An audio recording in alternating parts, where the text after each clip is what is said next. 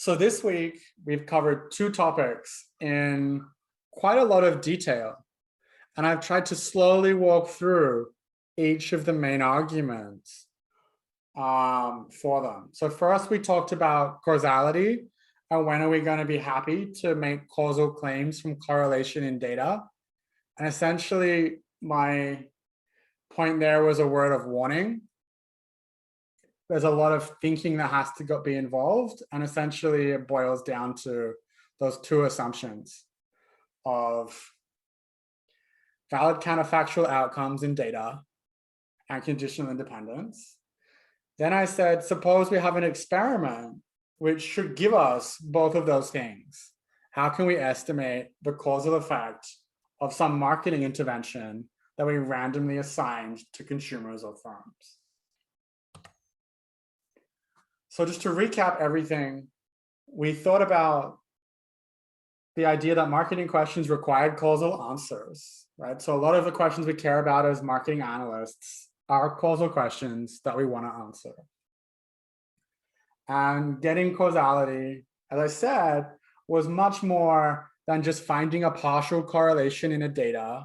So more than just running a linear regression.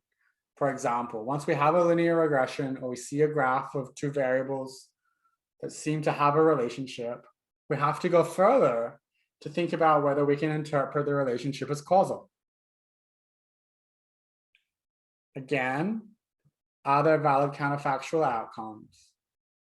And is there conditional independence?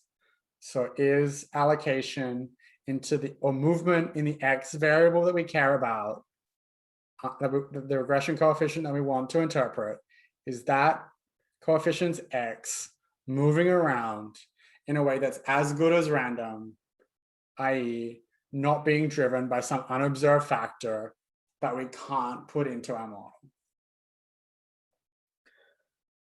We then said, well, one way we can get closer towards solving those problems is to run a randomized controlled trial or some kind of natural or quasi experiment to introduce as good as random allocation into a treatment. So then that we can then assess whether that marketing intervention or treatment leads to a causal impact on a Y variable of interest. We then showed how to use difference in differences to estimate causal effects of those kind of experiments, both using differences in group means combined in a certain way. So we find differences in before and after for treatment and control, and then we take the difference in those two differences, or via linear regression. I hope that the material we covered this week clarifies for you a little bit more about the idea of causality. And I hope we introduced to you the idea of experiments, and that makes you excited to think about ways of trying to test out whether marketing interventions lead to causal changes in outcomes we might be interested in modeling. See you next week.